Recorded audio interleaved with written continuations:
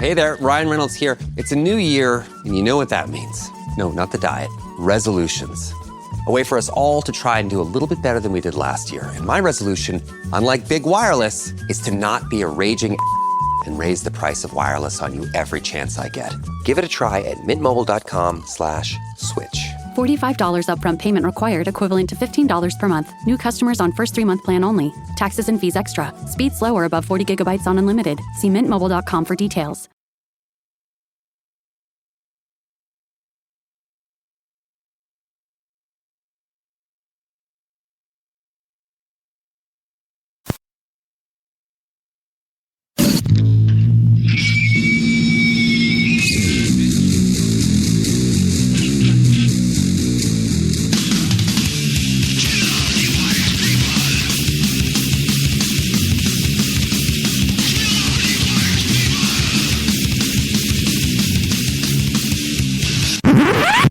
Sorry, that's for a Democrat show. No matter what the technical difficulty is, this man is a professional. He goes all the way.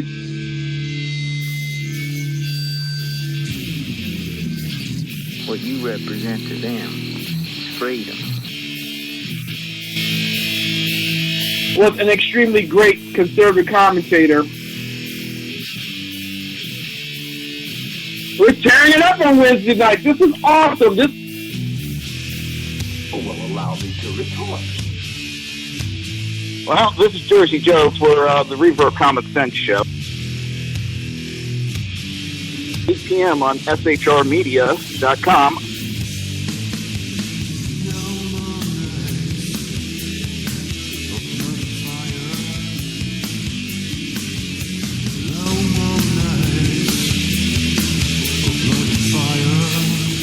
This show contains language that some viewers may find offensive. Listener discretion is advised. And now on to the show. And no matter what the technical... Dang buttons. Buttons. Who's got the buttons? Welcome to the Reaver of Common Sense show. I am your host, Jersey Joe, and I'm trying to make sense out of this senseless. The Jersey Takeover is here. We have expanded to 2 hours every Monday through Friday, 11 a.m. to 1 p.m. Eastern Standard Time. Remember to join the live chat. Go to shrmedia.com. Just click on the chat room button, join the conversation. If you want to watch a broadcast, go to Reaver.one and click on the live stream. And as my daughter always says, Dad, don't forget to tell them to subscribe and leave a message. If you want to support the show, if you want to become a Reaverite, or if you want to support SHR Media, go to Reaver.one, click on the Reaver store, and pick yourself up a T-shirt. And, hey, we got Crash in this week. How you doing, Crash? It's hot. I thought I'm supposed to be complaining it's hot. I'm in Florida. You're in New Jersey. Shut up. Nobody asked for a geography lesson. Let me see here now. It is, God dang, it's 84 degrees outside. What the heck? Oh, poor fat boy. Damn tropical weather. Hey, look, I'm fat, all right? Anything It's about 70, 88. I don't like it. It's 88 here. We got a high of 91. Oh, that's your fault for moving down there. Yeah, but we're about probably. No, I'm closer to the shore area than you, so Yeah, well, you know what? I've already admitted that. I lived in Orlando. Yeah. I lived on the outskirts of Orlando. There was Dania, and that was hot. Yeah. But, yeah, I'll admit, the coastal regions are better. I'll give you that one. But it's still hot.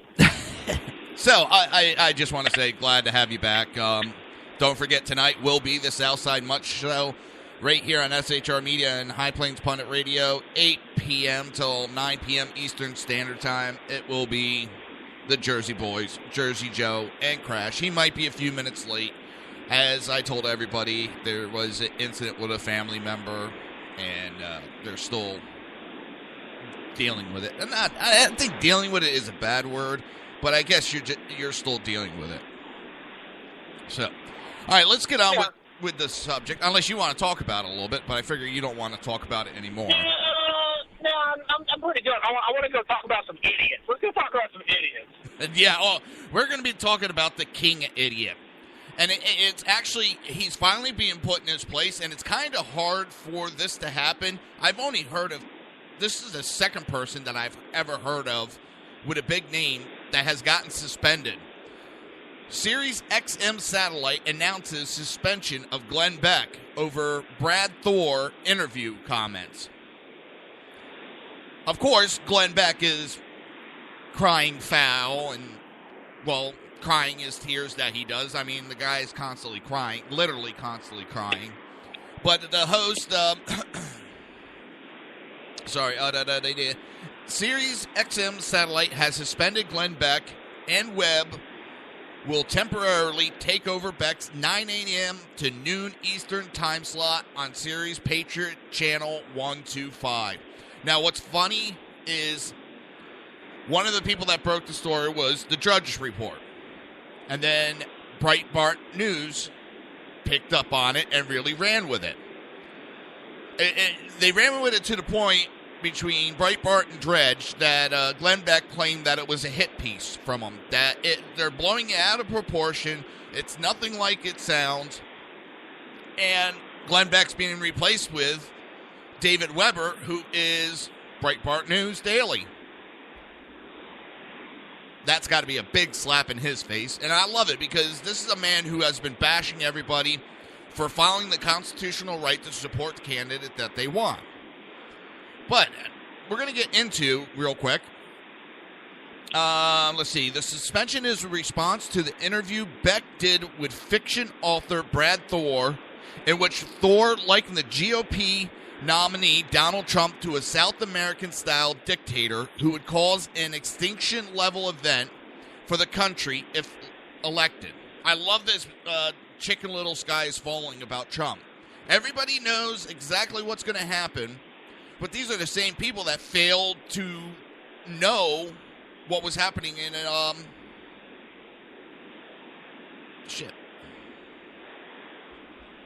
in the primary. Oh, my God, major brain fart there. But these are people and experts, and that's what I find funny, is these mainstream medias and even a lot of the quote-unquote experts on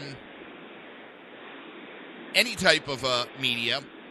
I've heard so many. I got 20 years experience, and I know what I'm talking about. Trump is going to be out of Trump. Hey there, Ryan Reynolds here. It's a new year, and you know what that means. No, not the diet. Resolutions. A way for us all to try and do a little bit better than we did last year. And my resolution, unlike big wireless, is to not be a raging and raise the price of wireless on you every chance I get. Give it a try at mintmobile.com/switch. $45 upfront payment required, equivalent to $15 per month. New customers on first 3-month plan only. Taxes and fees extra. Speed slower above 40 gigabytes on unlimited. See mintmobile.com for details. Trump stole in the race.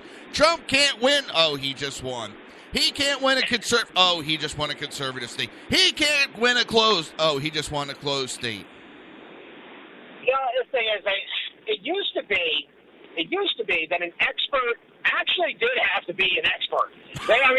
You actually had to prove that you were an expert in whatever field it is you were going to comment on or discuss or anything else. Seems like nowadays it's Cracker Jack box experts. Somebody declares they're an expert and boom, miraculously, I'm an expert. Is that how it works? I am an expert. When somebody starts spouting off, I'm an expert on that. Yeah, in other words, you know Jack. Well, I'll go back to our EMS days when someone has to repeatedly say something. Yeah. They know the least. You have to talk about your experience, the less experience you've got. Yeah. But these are people that say that they know exactly what's going to happen. They haven't been able to predict jack shit. They keep saying that Trump's going to be the end of the country. Congress will not be able to remove him from office. But here's the exchange, and I'll try to go through it fast because, well, I don't want, the whole thing. Thor, and I find it funny that this guy's last name is Thor. But he says, he is a danger to American. I got to ask you a question, and this is serious. And this could ring down incredible heat on me because I'm about to suggest something very bad. I'm about to suggest something very bad. Now, that's different than coming up with a hypothetical situation because he's saying, I'm suggesting. Am I wrong on that? His direct quote is, because I'm about to suggest something very bad. It is a hypothetical I am going to ask as a thrill writer. I'm sorry, but he contradicts himself right there. Hypothetical is hypothetical, but if he's suggesting something, that's different. With the feckless and spineless Congress we have, who will stand in the way of Donald Trump overstepping his constitutional authority as president?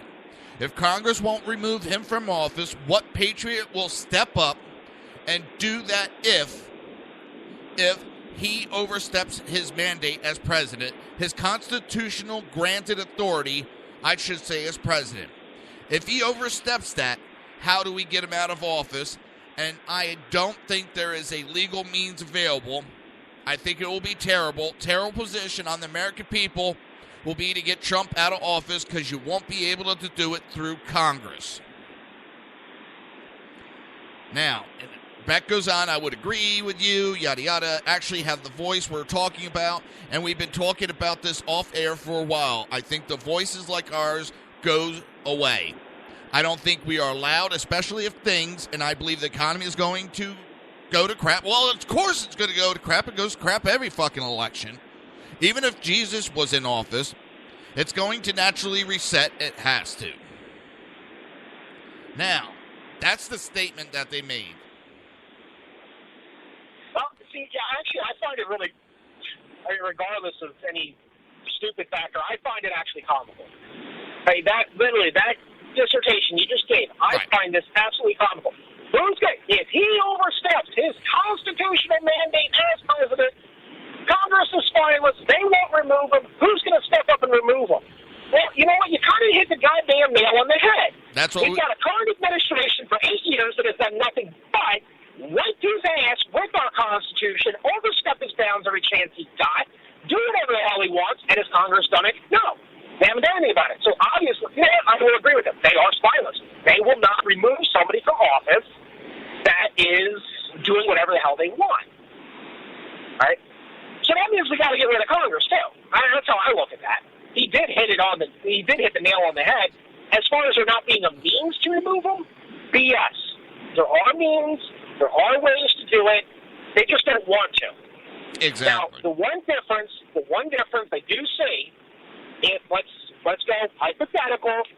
We're currently in the Obama administration. Next year, we're in the Trump administration. Hypothetical. They to Obama, who was overstepping his bounds, but I would be willing to bet, unless there is a drastic change in Congress, they would do something to Trump if he attempted even a fraction of what the Obama administration has done. So it's kind of one of those double-edged swords. I mean, yeah, you're calling them spineless because they haven't done anything against this guy. Well, that's also because he's the butt buddy. And it's really no secret.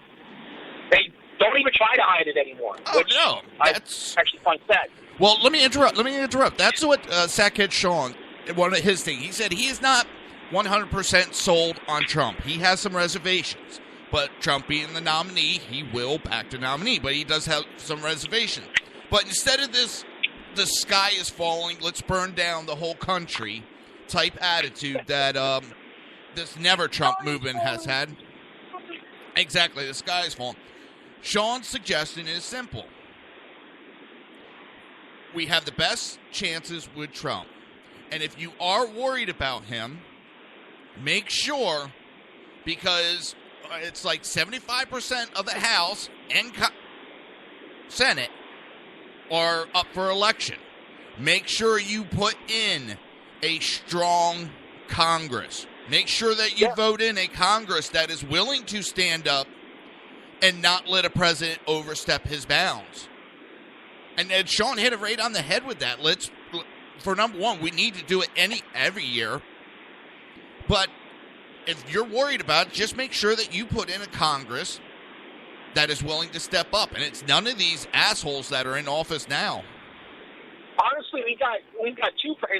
My point of view, this is just my point of view, but I see two big problems that we've had over the past couple administrations. Okay? And that over the past couple administrations, going back even quite longer than that, Biggest problem? Incumbents. Yeah. These people that have been sitting in those damn chairs for decades. They're not doing anything anymore. I mean, they're really not. You got to get rid of the incumbents. That's number one. Number two, and it's happened in the past. I'm not going to say it hasn't, helped the Republicans or the Democrats in the past. But one of the biggest things right now, everybody's been yelling, well, a lot of people have been yelling and screaming, why can't we impeach Obama? Well, let's see. All branches of the government right now are controlled by the Democrats. No. It switched again? Yeah, in 2014. The Republicans took control of both the House and the Senate. Okay, all right, my apologies. I didn't think that they had gotten enough to actually have full control. Now they have control, but they're short 6 in the Senate of having. Be able to act. Yeah, they need 60. They got 54. The House, they've had control since 2012, I think. Okay, all right, well, I stand corrected on that. No, I mean, if I was wrong, I was wrong. Yeah. Oh, yeah, I know. I stand corrected on it. But Hang on, I'm going to stop you right there. I got to stop you. Something about anything. I got to stop you, Crash. Crash, got to stop you. Because I want to point out something about, and I've talked about it before. At least we have the balls to admit when we're wrong, and we have the balls to admit it on air that we are wrong. There is so many that don't have the balls to do that. Go ahead. Yeah, like everybody in D.C. Yeah. All right, go ahead. They have no balls. God. Sorry, couldn't help it. Oh, Major League 2. Yes, sir. All right, well. Every now and again, a class pops into your head. Well, we're up against the break. We're going to take a quick break. Hopefully you're nowhere near your work yet, because I do want to go over another article that I know is you're going to have fun with it. So, oh, yay. You're listening to the Reaver of Common Sense right here on SHR Media and High Plains Pundit Radio. We will be right back.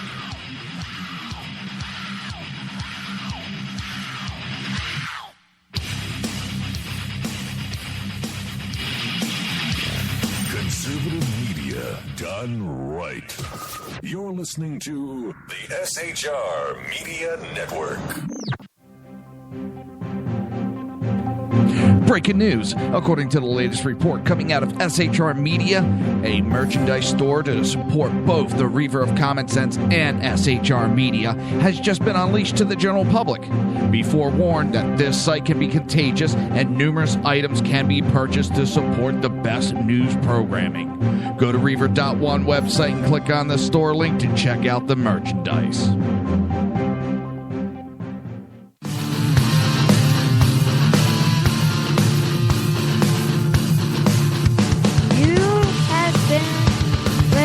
To Reaver of Common Sense, hosted by my dad, Jersey Joe.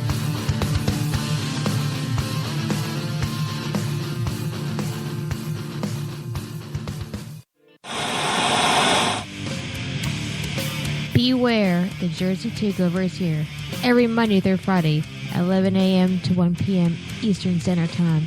You can catch the Reaver of Common Sense show, hosted by Jersey Joe, right here on shrmedia.com and highplainsdailynews.com.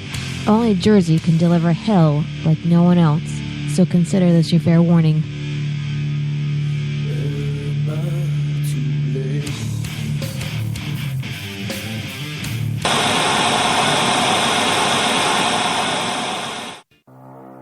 In a world controlled by corrupt politicians. You got a business.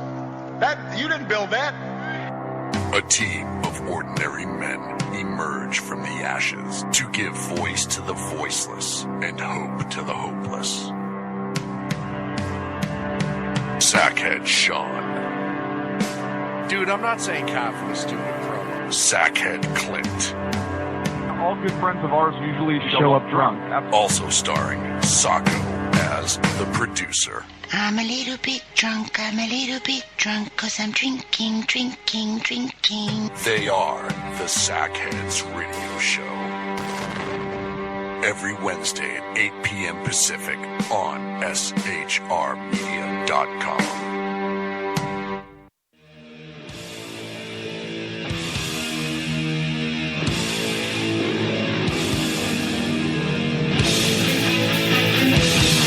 Every Wednesday night, 8 p.m. Eastern Standard Time, it is the Reaver After Dark, hosted by Jersey Boys, Jersey Joe, and Jersey Crash, right here on shrmedia.com and highplainsdailynews.com. Times are dark. The people misled by corrupt politicians, lied to by establishment media, and deceived by the false messages of Islam. A nation in confusion needs a guide. It needs a man with a cane. I'm Dave Milner. Join me on Spreaker, SHR Media, High Plains Talk Radio, Live Rebooting Liberty, and YouTube for a unique brand of commentary on the unpleasant blind guide. Because truth is not always pleasant. If you miss a show, don't worry. You can catch the replays two ways, rebootingliberty.com or the reaverofcommonsense.com. While you're there on Reaver of Common Sense, don't forget, drop in your email and keep up to date on everything going on, or click the like button on the Facebook widget. Now on to the Reaver of Common Sense.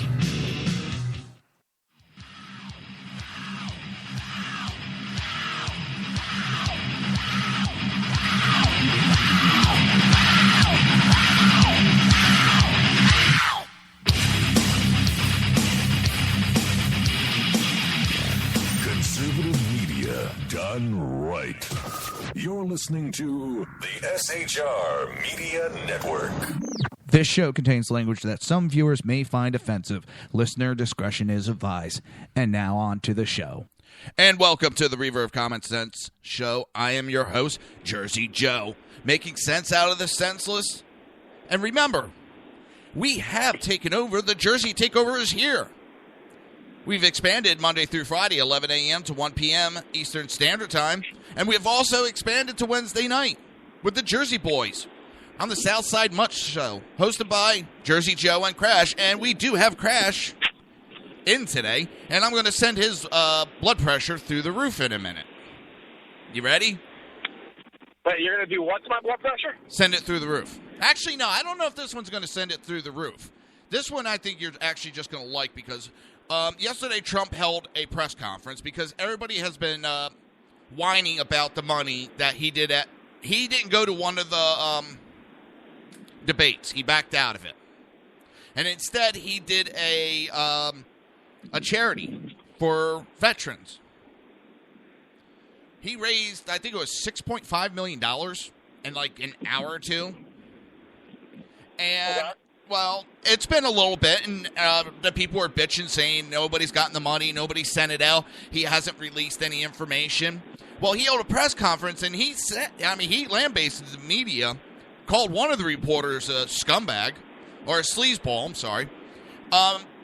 He did not, and he said the guy that wrote that was going after him, he said, you knew I didn't want the press on this. You knew I didn't want any media on this. This wasn't about me. This was about the veterans. It takes time when you're dealing with that much money to hand out. You have to make sure that the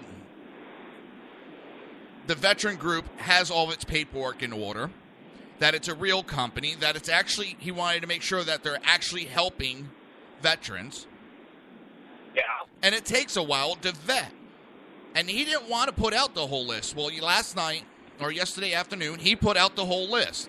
Well, $5.5 million. He's still waiting on some of the places to send the paperwork in. He said some of these have already got the check, have already cashed it.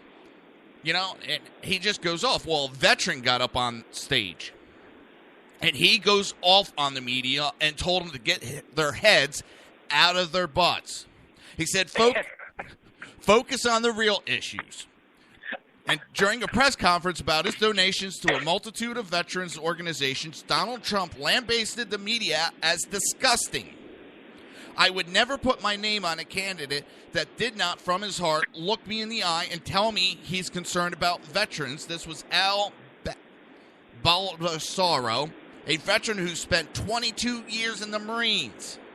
Baldessaro then slammed the media for what he says is the biggest bias against Trump, pointing out how the media has been focused on how the New York businessmen went about donating the $5.6 million he raised for various veterans groups. The liberal media are the only ones that have been calling me on the foundation. All right, I'm the former chairman. I've been dealing with this stuff for years as a veterans advocate. Stop using veterans as political pawns.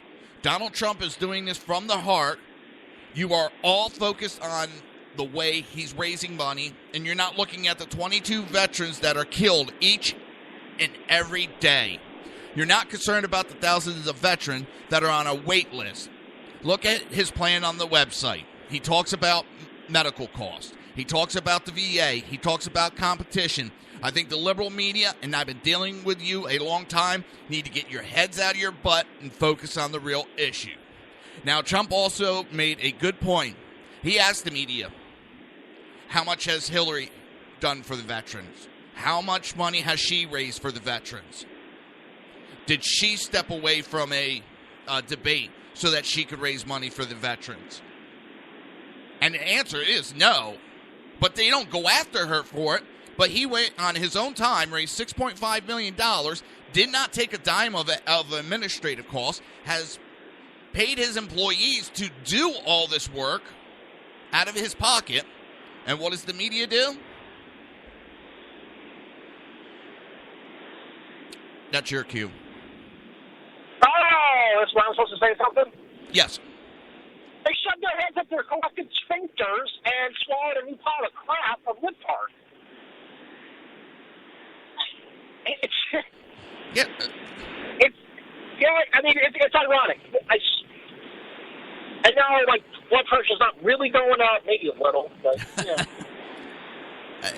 The aggravating thing behind it is, I love the way you put it. I mean, he's waiting, he wanted to file the paperwork. He's making sure that it's all done properly. It's going to the right places. It's going to actual places that will actually do something.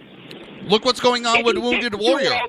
They would turn around and say, oh, well, you raised it. Where did it go? I don't know. I donated it. Well, that's a shell corporation. Well, that's this. Well, that's that. So you didn't actually do it. Oh, you ought to hear the people now.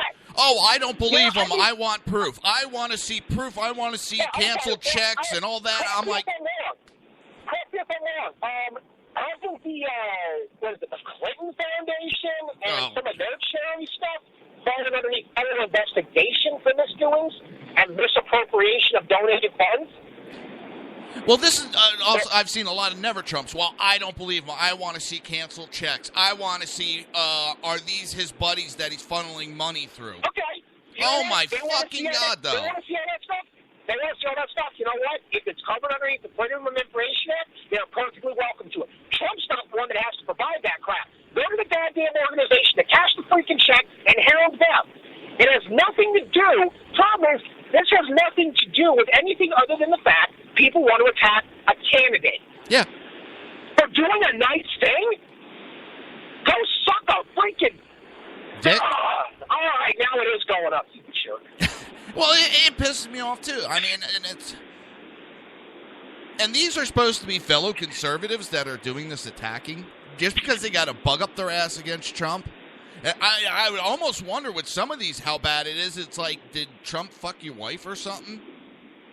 Excuse me for putting it like that, but that's how some of these people are acting. You know, get over yourself. The guy, he has his faults. And I've said it. I don't agree with everything he has said. I don't agree with it. But it's the best candidate I've seen, and I'm tired of these politicians. I'm tired of lawyers. And I got bitching about that. Well, next time you need a lawyer, think of what the comment you made. I said, great. I say it to my father-in-law all the time. You know, there's nothing I don't say here or in my life, and you know it, that I don't say in real life. If anything, you're more censored on air. Jeez,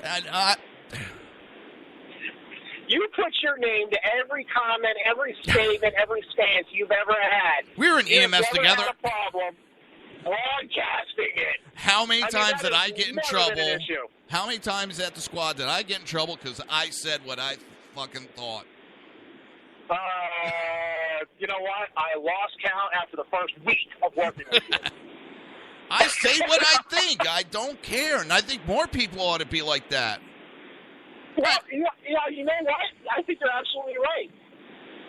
I mean, honestly, I'm with you. I'm tired. I think, honestly, I'm tired of all the damn, I've already said it, the incumbents and all this political double-speak BS. And, yes, I know that when I say, well, Trump's a politician now, too. Yeah, he is. But, you know, you want to know the one thing I think pisses everybody off the most about him? And you can go ahead and spin it however the hell you want. I really don't care, because it's still one of the positives that I think comes out of all this.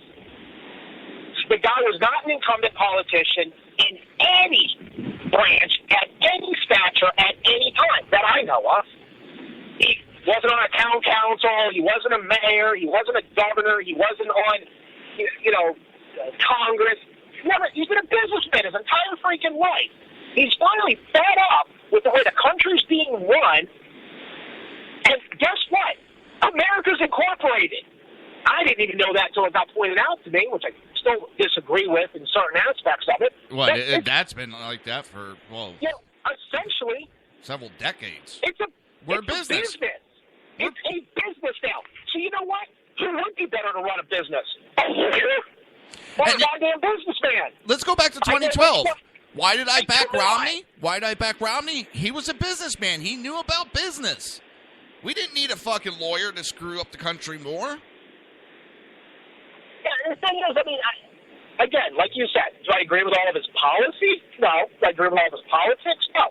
Do I agree with some of his, do I agree with more of his basic premise ideas? Yes, I do. Okay, do I think we need to secure the borders before we continue on with massive immigration? Yes, I do. Do I agree necessarily? No. Okay, sorry about that. And that would be the reason why the only reason why my not have goddamn driver's license. Jersey drivers. No, this isn't even Jersey driving. 2 left-hand turn lanes. You have the one on the left, the one on the right.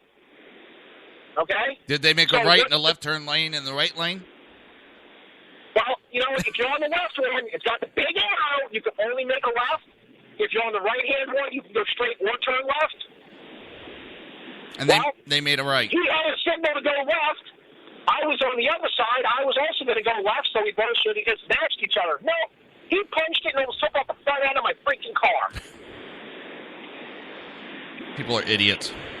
Yeah, it's just now, also, I want to point out. Hold on, I want to point out that you are on a headset. That you're not actually holding a phone, so people aren't. Oh my God, look at that! He's calling into the show.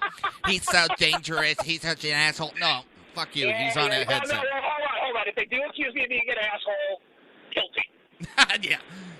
All right, that was a bad one. But in any case, no, I do use a hands-free device when I drive. I'm not a complete moron. Well. Partial. But in any case, do I agree with the way that maybe he wants to go about certain policies? No, I don't. But now, here's the important thing to remember, is just because that's how he's looking at it right now doesn't necessarily mean that's going to be how it's going to get implemented later on. He's a businessman. He has not picked his cabinet yet. He has not picked a running mate yet. He hasn't done any of that crap. He's not elected as the president. I got to pick some cabinets soon, too. Okay? If he gets elected and he picks out his cabinet and everything else, he's a businessman. What do all smart businessmen do? They get the best for the job that they need that person to do. And there are people that specialize in these types of policies. So you sit there and look, this is what I want to accomplish. How can we do it? Can we do it? What's the best way to go about it?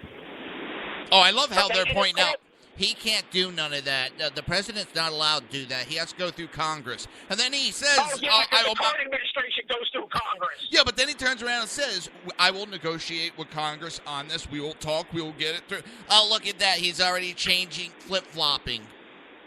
No, he's talking that.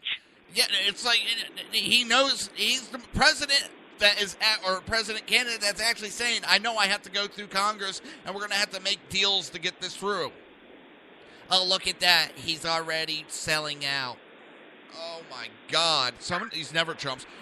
And what's better, leading into the next article, the never Trump. They're so conservative. Governor Jerry Brown has, quote unquote, joined the never Trump. They have fucking liberals that are using the never Trump right along with these supposed fucking conservatives. Now my blood pressure's up. These idiots that are against Trump, and it's dwindling. Oh, they can't even fight a battle by themselves on Twitter. It makes me fucking laugh, and I talked about it Monday and Tuesday. Oh, my God, I had an idiot. Trump broke the pledge. You know, the pledge that all the candidates signed saying that they'll back the nominee, and if they're not... I know. Well, that's what everybody was asking. Well, he said he was not going to honor it, and that... Well, he's the nominee. But now they're making an excuse that because Trump threatened to do a third-party run, and they're against that. Hang on. That's why they're voting third party.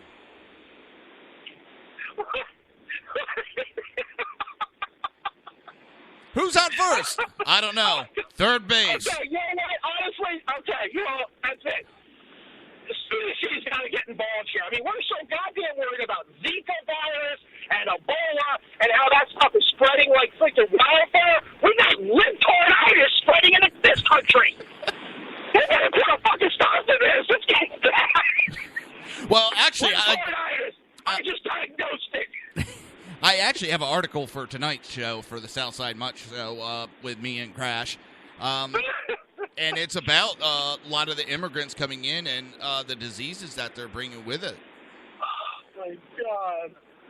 I'm so using libtarditis as a catchline now. But on that note, you know, that I was laughing. And it's like, oh, my God, so you're complaining that he broke the pledge because he threatened to run third party. And what's even funnier is people got on and said, you really need to check it because Kasich backed out of it, then Cruz, and Trump said, you know what? Why should I honor it if these two are backing out of it? Oh, no. Trump kept going. The funny thing is, the whole reason, if I remember correctly, the whole reason he got roped into that pledge to begin with was the Republican Party didn't want him running with their name. So he said, fine, well, I'm running anyway. I'll run third party. No, wait. Because guess what? They were worried what might actually happen. And I think they were right to be worried about what might actually happen. So they bring them onto the Republican side, have them signing a pledge, figuring, you know what? This is the way to eliminate him. Hey! They didn't think he was going to make it. And they figured if he didn't make it, he would run third party then. So they had him sign this pledge to keep him from running third party. They never thought in a million years, and none of the expert pundits thought that he would win the nominee outright. I mean, for how long we heard, for a month before? It is impossible for Donald Trump to make the 1237. It's going to go to a contested convention. He can't do it. Oh, guess what? We were talking about that for like a month on air. Yeah, and convention stuff. He already locked it up before next week's round of last voting. Yeah. He's already locked it up, and unfortunately, you know, I mean, people still need to go out and vote to make sure. I want to, you know, make sure that he locks this up big time. Well, you know what? I mean, honestly, I think we've had this conversation before. I mean, everybody said, well, what's the point in voting? What's the point? He's the only person on the ballot now. What's the point? Well, the point is it's still making your voice heard. Yeah. Because if you do want him in, support the guy and show it by voicing your opinion. So the numbers show that, you know what? Most of the country did actually want him. If you don't want the guy... Never Trump says no. Then vote against him and show that, you know what? Yeah, he might have won, but I still don't like it. Voice your damn opinion. I don't give a crap. They'll never Trump say. Oh, no, but they say he's the worst candidate. More conservatives are against him, even though he has had a record amount of votes. He's broken the record.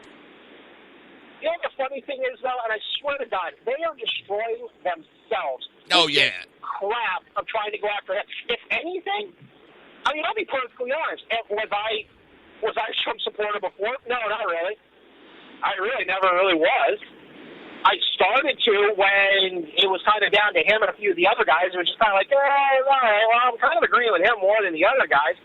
But the funny thing is, the more back-ended tactics they keep going after him with, and the more he just stands there and weathers the storm, honestly, it's making me more and more impressed with his resolve, and it actually makes me want to support the guy even more. Well, what I find... anything, you're driving up support. Oh, people have been saying that you have no proof of that. You can't back that up with facts. His numbers keep going up, dumbasses. You keep attacking him, his number keep going up, and you say he's losing ground. Well, when this person backs out of the running, all the supporters are going to go to candidate X. Guess what? Didn't happen. When this happened, you had Ted Cruz's campaign. I know I lost tonight, but it's actually a win for us. We're gaining momentum, and we're going on to X state next week, and that's where my campaign's going to kick up. Yeah, we didn't expect to win this state. Next week, our campaign's going to get going in gear. Oh, wait a minute. I knew I wasn't going to win this week. I mean, that was him every week coming out there. Next week is when my campaign's kicking in. Next week is when we're going to take over. And then. That's what it was like every week. Next week. So, it's actually time for a break. We're past our break time, so. All right. Well, fine. Go to break if you must. Hey, we're late. Words you never want to hear. You're listening to the Reaver of Common Sense right here on SHR Media and High Plains Pundit Radio. We will be right back.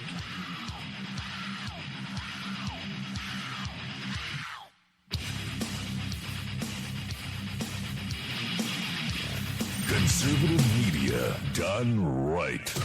You're listening to the SHR Media Network. Breaking news. According to the latest report coming out of SHR Media, a merchandise store to support both the Reaver of Common Sense and SHR Media has just been unleashed to the general public. Be forewarned that this site can be contagious and numerous items can be purchased to support the best news programming. Go to Reaver.one website and click on the store link to check out the merchandise.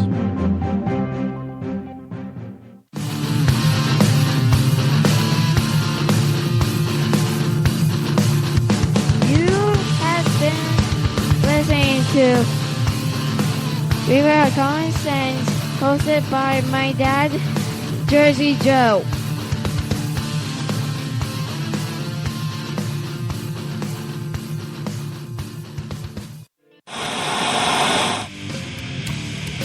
Beware, the Jersey Takeover is here.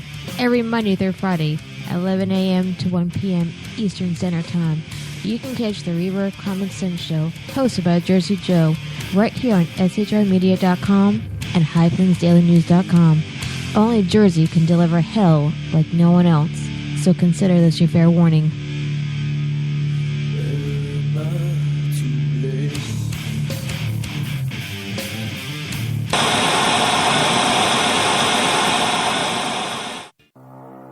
In a world controlled by corrupt politicians, You got a business. That you didn't build that. a team of ordinary men emerge from the ashes to give voice to the voiceless and hope to the hopeless. Sackhead Sean. Dude, I'm not saying cop for the stupid promo. Sackhead Clint. All good friends of ours usually show up drunk. Also starring Sacco as the producer. I'm a little bit drunk, 'cause I'm drinking. They are the Sackheads Radio Show. Every Wednesday at 8 p.m. Pacific on shrmedia.com.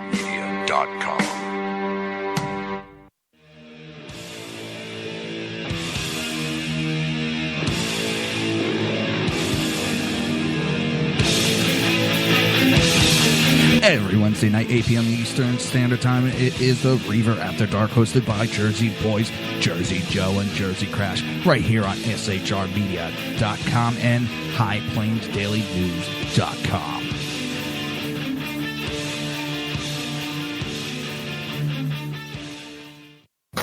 Times are dark. The people misled by corrupt politicians, lied to by establishment media, and deceived by the false messages of Islam. A nation in confusion needs a guide. It needs a man with a cane. I'm Dave Milner. Join me on Spreaker, SHR Media, High Plains Talk Radio, Live Rebooting Liberty, and YouTube for a unique brand of commentary on the unpleasant blind guide. Because truth is not always pleasant. If you miss a show, don't worry. You can catch the replays two ways, rebootingliberty.com or the Reaver of Common Sense.com. While you're there on Reaver of Common Sense, don't forget, drop in your email and keep up to date on everything going on, or click the like button on the Facebook widget. Now on to the Reaver of Common Sense.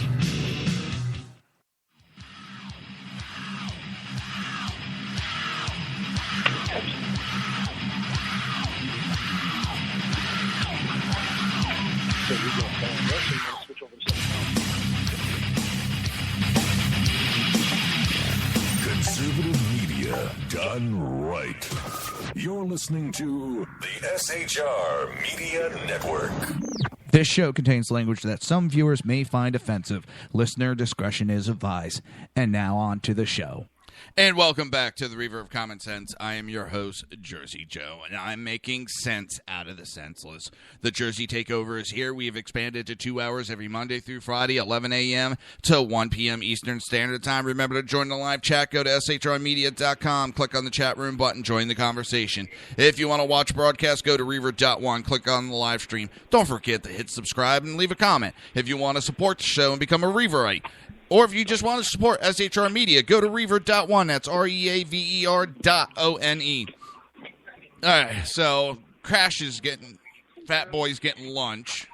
So you can hear him a little bit. I have him turned down so you don't hear his order. You know, I can hear his cholesterol going up as it is.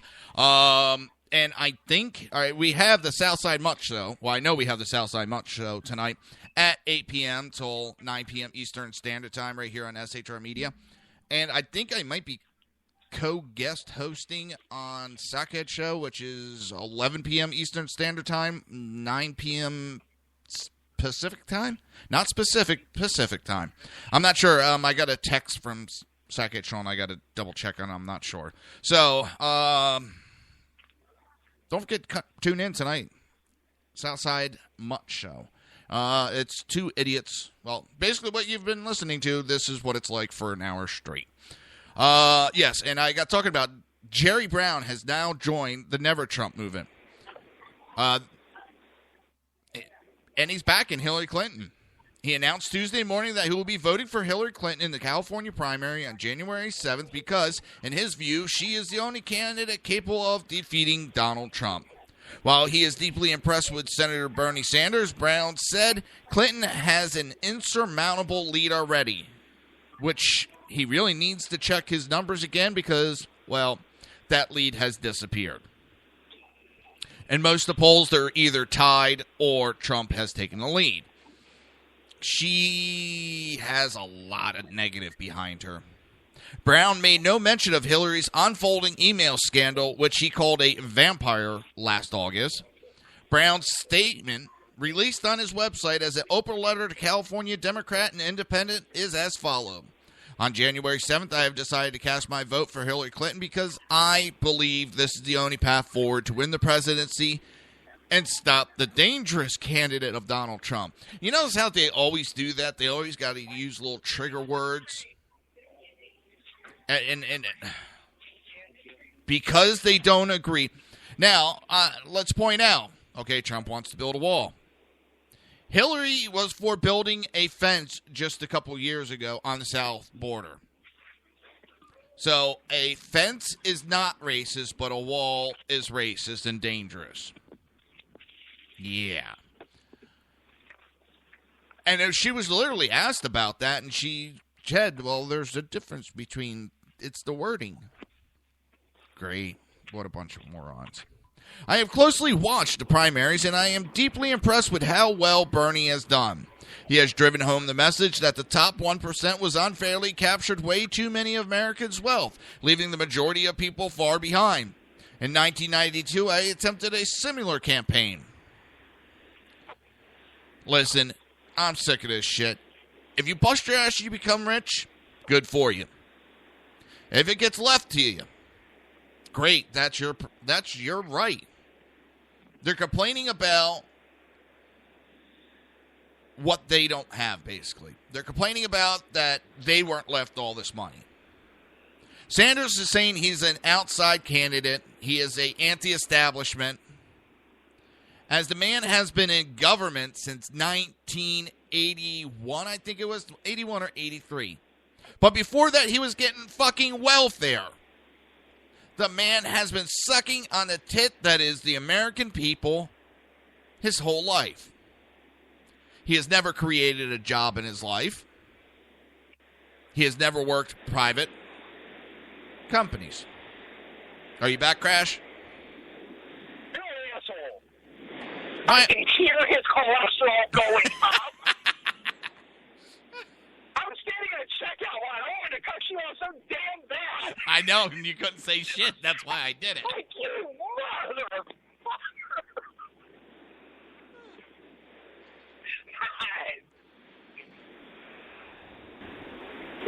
Why the hell do I call into this show?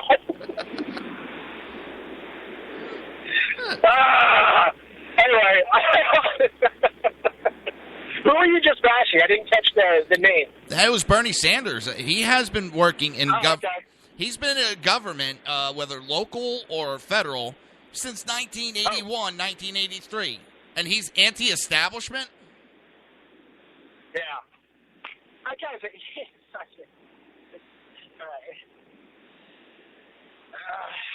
It's just, I don't even know. I can't even fathom where in the hell that guy came from. I mean, you know, the funny thing is, I would be willing to concede a point, though. Now, I'm not so sure with him, as far as him creating jobs, but I do know, like, Clinton and a lot of the higher up, they definitely created jobs. Oh, yeah. The biggest problem is, wrong country! No, they're creating jobs in America right now. They're what? They're creating jobs in America. They're hiring protesters to go attack Trump. Okay, all right. Fair, valid. Okay. But it still also makes me laugh that these groups, especially the ones that want $15 an hour statewide, they're hiring people right now so that they can go protest and lobby for $15 an hour, $20 an hour, but they're paying $14 an hour. I saw where they needed a web designer for $15 an hour.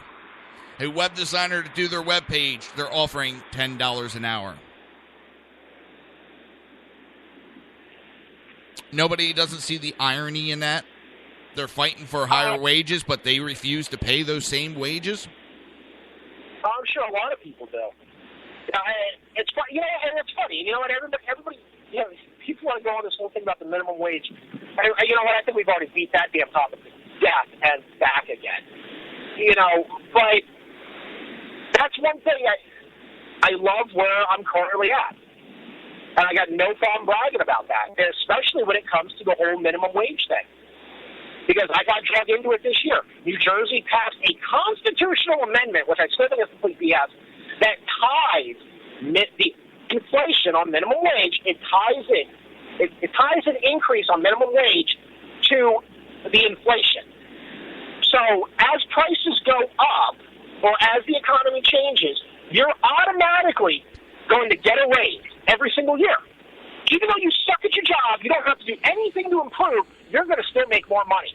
And now it's constitutionally mandated. You've removed the power of the company to actually be able to, you know, bill for people that, you know what, you did a good job. Here's a bump in your pay. And the funny thing is, when that kicked in this year, I had to go look it up, find out what it was going to be. My company already pays over minimum wage. They always have. They never agreed with it. They pay the minimum amount that for an entry-level worker that they can afford to, and it's always been above minimum wage. When minimum wage went up, they were still above it. They raised their minimum again because they didn't want their minimum to be too close to minimum wage because they don't think it's right. So there are companies that do see that, you know what, you do need to make more. But at the same time, I've got guys that only show up 30 hours a week and then complain they're not making enough money. Well, you know what? That's on you, Bubba. stop bitching about somebody not handing you something. Get off your ass. Go earn it. Yeah, exactly. And at that, I'm at my job to go earn my money. So I'm going to have to say bye-bye until tonight, Jersey. All right, and actually it works out perfect because we got Sackhead Sean. I think he's at a Trump rally, and he's going to be calling in with give some updates. So, yeah, it's working out perfect. Is that why your phone's going nuts right now? Yeah.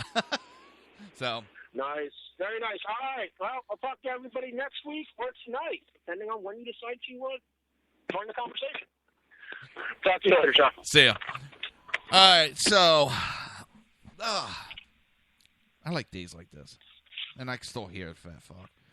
Off the air. All right, so what do we do? Actually, we have a commercial coming out. But yeah, before we go, it's just why?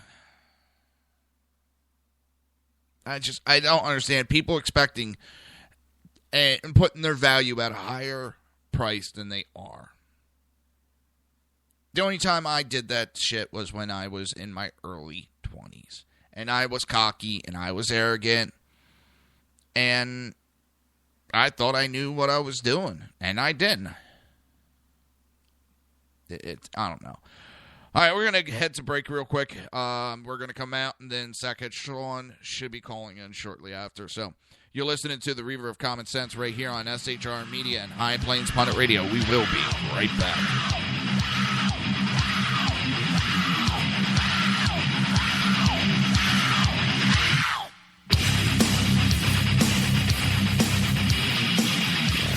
Conservative media done right. You're listening to the SHR Media Network. Breaking news. According to the latest report coming out of SHR Media, a merchandise store to support both the Reaver of Common Sense and SHR Media has just been unleashed to the general public. Be forewarned that this site can be contagious and numerous items can be purchased to support the best news programming. Go to Reaver.one website and click on the store link to check out the merchandise.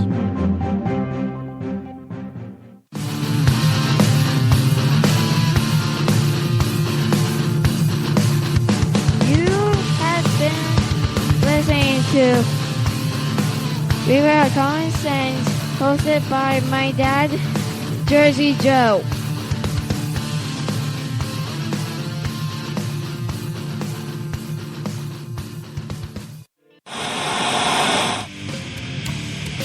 Beware, the Jersey Takeover is here. Every Monday through Friday, 11 a.m. to 1 p.m. Eastern Standard Time. You can catch the Reaver of Common Sense show, hosted by Jersey Joe, right here on shrmedia.com and highplainsdailynews.com. Only Jersey can deliver hell like no one else, so consider this your fair warning.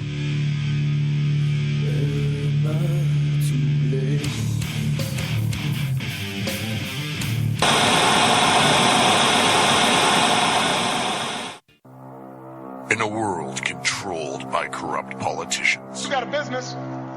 You didn't build that. a team of ordinary men emerge from the ashes to give voice to the voiceless and hope to the hopeless. Sackhead Sean. Dude, I'm not saying cop for the stupid pro. Sackhead Clint. All good friends of ours usually show up drunk. Also starring Sacco as the producer. I'm a little bit drunk, 'cause I'm drinking. They are the Sackheads Radio Show. Every Wednesday at 8 p.m. Pacific on shrmedia.com.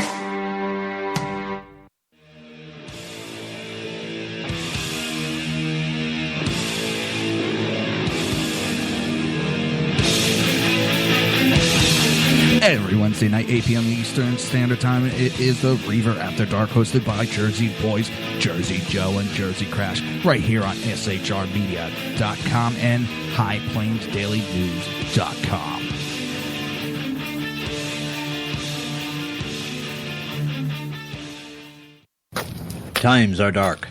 The people misled by corrupt politicians, lied to by establishment media, and deceived by the false messages of Islam. A nation in confusion needs a guide. It needs a man with a cane.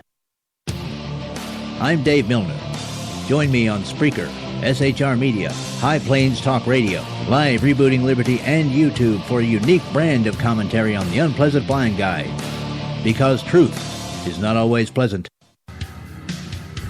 If you miss a show, don't worry. You can catch the replays two ways, rebootingliberty.com or the Reaver of Common Sense.com. While you're there on Reaver of Common Sense, don't forget, drop in your email and keep up to date on everything going on, or click the like button on the Facebook widget. Now on to the Reaver of Common Sense.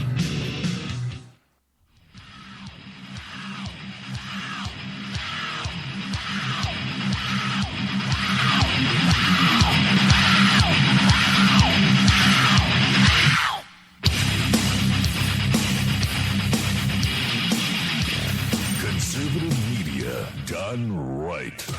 You're listening to the SHR Media Network. This show contains language that some viewers may find offensive. Listener discretion is advised. And now on to the show. And welcome back to the Reaver of Common Sense show. I am your host, Jersey Joe, and I'm making sense out of the senseless. The Jersey Takeover is here. We have expanded to 2 hours every Monday through Friday at 11 a.m. to 1 p.m. Eastern Standard Time. Remember to join the live chat. Go to shrmedia.com, click on the chat room button, join the conversation. If you want to watch a broadcast, that's easy. Just go to Reaver.1, click on the live stream. Which reminds me, I didn't click on the live. There we go. And if you want to support the show, become a Reaverite, go to SHR Media. Oh, my God. All right, I'm off the game now. I blame Crash. His fault. It's going to be one of those. All right. If you want to support the show and support SHR Media, that is, go to Reaver.1, click on the Reaver store, pick yourself up a t-shirt. All right, while we wait for Sean calling in, let's find, what do we talk about? I've been lazy today, and it's actually caused me to do extra work because I've been lazy. There we go. Copy.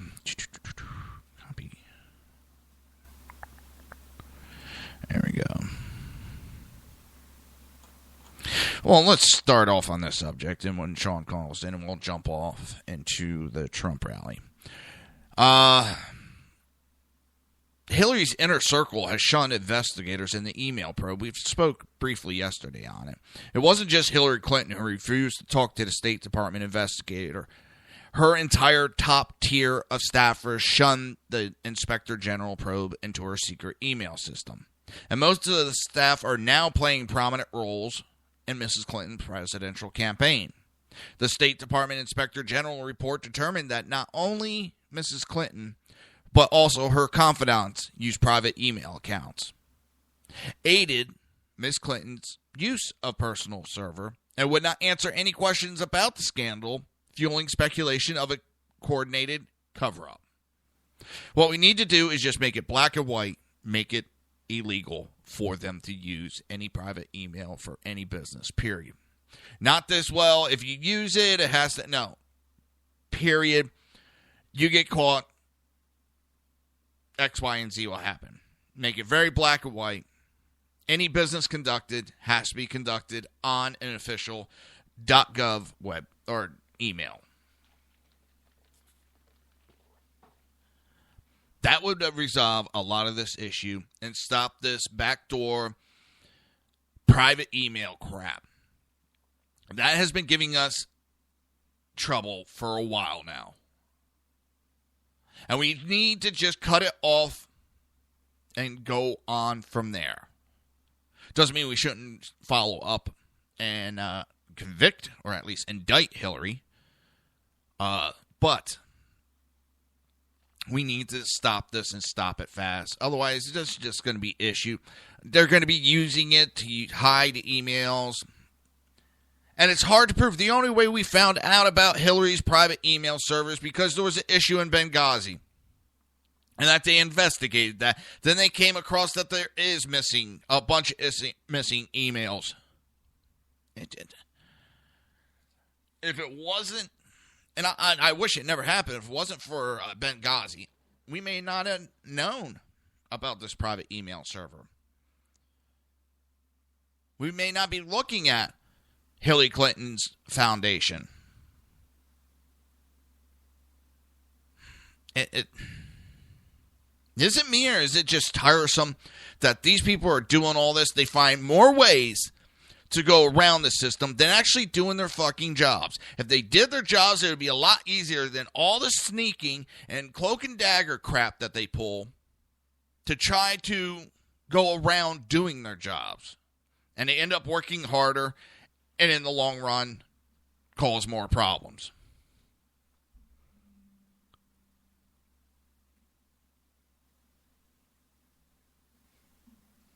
I thought the phone was ringing. I don't know. It's just...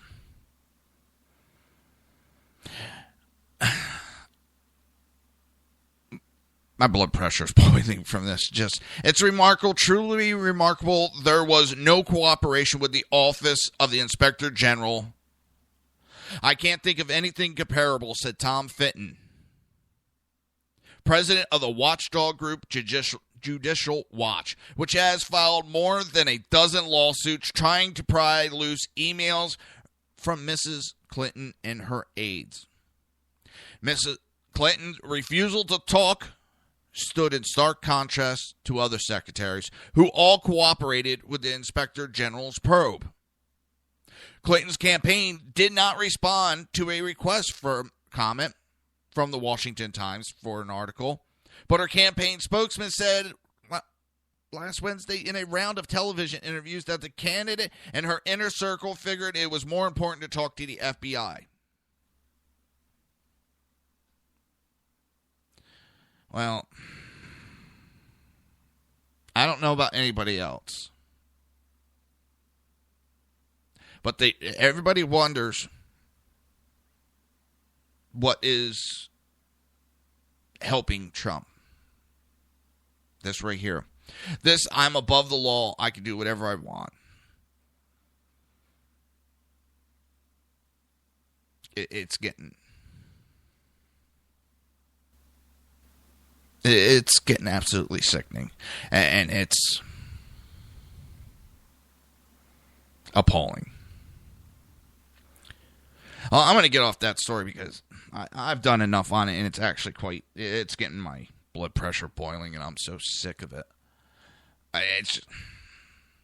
It's just getting dragged on and on and on. And I'm wondering if it's purposely being dragged on to see if she gets president, because if she gets elected president, that's getting wrapped up. That's going to go away. But Trump gets elected, it's probably going to go quicker and deeper than it ever has before.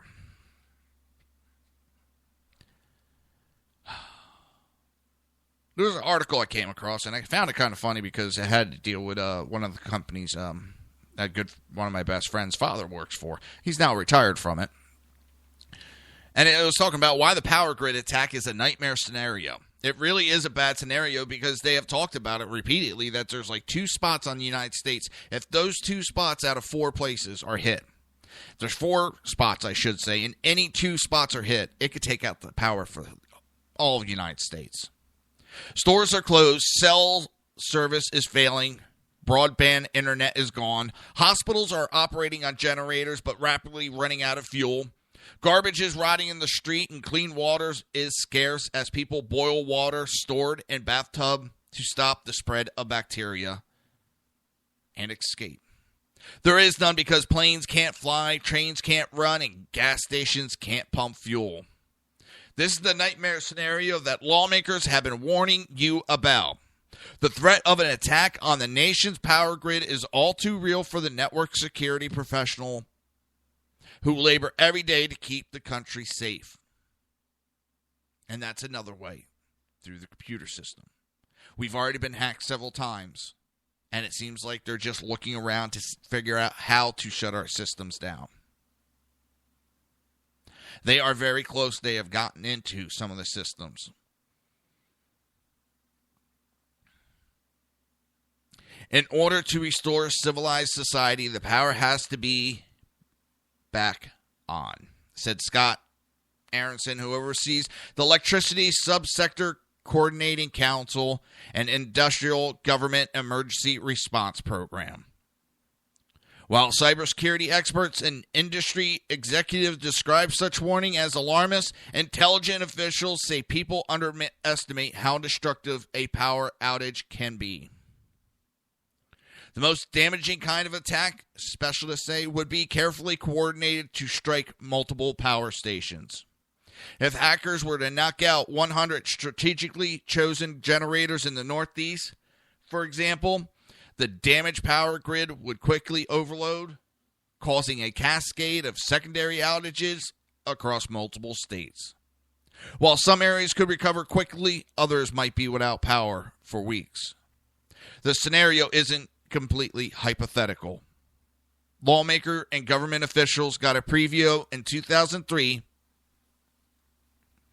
when a blackout spread from a coastal Northeast into the Midwest and Canada. If you think of how crippled our region is when we lose power for just a couple of days, the implication of a deliberate, widespread attack on the power grid for the East Coast, say, would cause devastation. Researchers have run the numbers on an East Coast blackout with sobering results. A prolonged outage across 15 states and Washington, D.C., according to the University of Cambridge and insurer Lloyd's of London, would leave 93 million people in darkness, cost the economy hundreds of millions of dollars, and cause a surge in fatalities at hospital. The geopolitical fallout could be even worse. If a major cyber attack happens, that's a major act of war. Bombs are starting to fall. Chris Thomas, a well-known hacker who is now a strategic at security firm Tenable, a former senior intelligence officer who spoke to The Hill, echoed that assessment. The specter of a catastrophic attack on the electrical grid looms large for utility and federal government. They all agree that a cyber Pearl Harbor would be a deliberate attack, most likely from a foreign adversary. It's an act of war, not an act of God. One of the most fearful aspects of a cyber attack is that they can be difficult to spot, even when they are happening. At first, power providers may only notice a cascade of overload transmission lines failing in rapid succession. Something that happened during the 2003 blackout, which caused by an ordinary software bug. A major attack would trigger a series of actions led out in an ESCC playbook. And the ESCC is...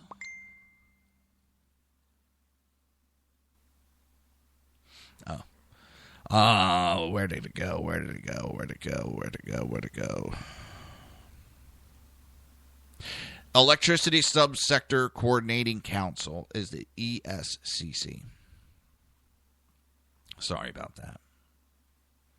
And even for regional blackouts, energy companies would begin communicating instantly. After a recent blackout at Washington, D.C.'s biggest electricity provider, immediately I called a guy at Pepco and just said, "Hey, what's going on?" Recalled Tom Fanning, who heads the country's fourth largest utility, Southern Company, during an industry conference in March. One of the things the industry has done to prepare for attacks is to set aside clean replacement equipment like transformers that could be deployed in an emergency. Transformers can be the size of school buses, but industry officials say they can move quickly and easily. The energy sector for years has had a mutual assistance program that kicks in during major power disruption. Providers in unaffected areas send crews to places that have been crippled by a big storm accelerating the work to restore the power. The assistance program could provide difficult to carry out during a cyber attack, however.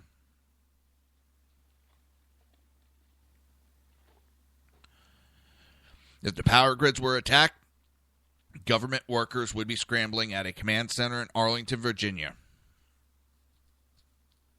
I got itchy nose. Itchy nose. If I'm sitting in Columbus, Ohio, and I know there's a storm in Maryland, I'm not worried about sending my resources to Maryland. We're pretty confident when we let those crews go that we're not in trouble. On the cyber side, I've sent my resources somewhere else, and I'm next on the list. The National Cybersecurity and Communication Integration Center, NCCIC, is part of the Department of Homeland Security. In the last 6 years, it has emerged as a hub for all cyber information the government collects and analyzes.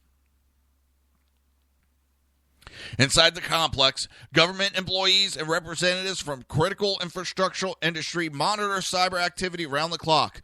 The NCCIC floor is lined with wall-size screened and filled with rows of computer monitors. The electricity industry's main nonprofit regulator body, the North American Electricity Reliable Corporation, NERC, has a representative on the NCCIC floor every day. If large swaths of power grids went down, the government would tap the NERC representative to serve as a go-between to the industry as it sought to identify malicious software as quickly as possible. After identifying the software, the government could help deploy aid. Sackhead Sean, what's up? Hey, Jersey Joe. How's it going, brother? Pretty good. How's it going, Hopalong?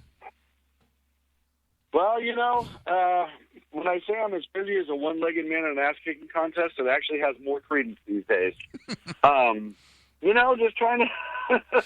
Just trying to get some work done, trying to get ahead of things, the usual.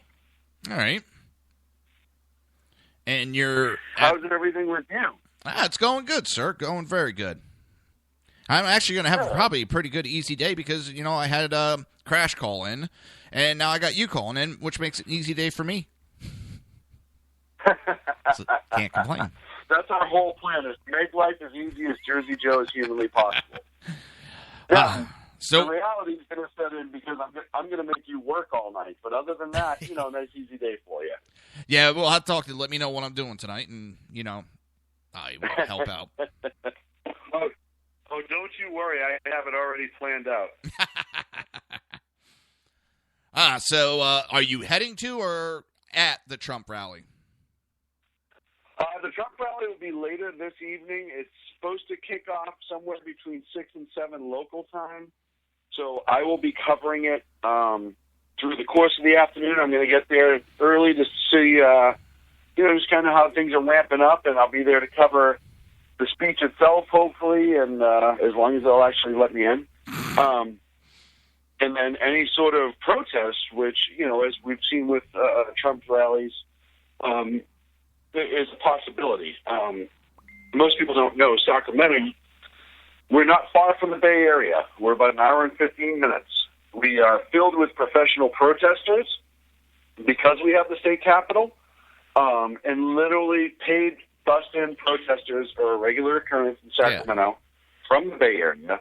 So I am expecting a pretty large contingency of counter-protests against Trump to show up, not to mention the fact that Senator Bernie Sanders is going to be speaking about 15 or 20 minutes down the road just prior to the Trump rally. So I expect if it all goes as planned and nobody causes a schedule change, you may see a large contingency of Bernie supporters all fired up, fresh off his speech, show up. The only difficult part with that is the road getting from A to B from the city of Davis, California, where Bernie will be speaking, to downtown Sacramento on Freeport Boulevard, or not downtown, but Freeport Boulevard. It's naturally kind of a traffic nightmare. So that may help keep some of the counter-protests away, and hopefully the event goes peaceful. But on the other hand, you know as well as I do, there's statements to be made, and people are going to try to make them. So it could very well be interesting. You know, we're all hoping for a peaceful rally. You know, even the counter-protesters, hey, we welcome them, obviously. Yeah. Being in media and certainly being a supporter of the First Amendment, I absolutely support their right to do it. And I just hope that they're peaceful and smart about it, and you know, which is always a possibility. But do you really call someone that's paid? In the past. Do you really call someone that's paid a protester?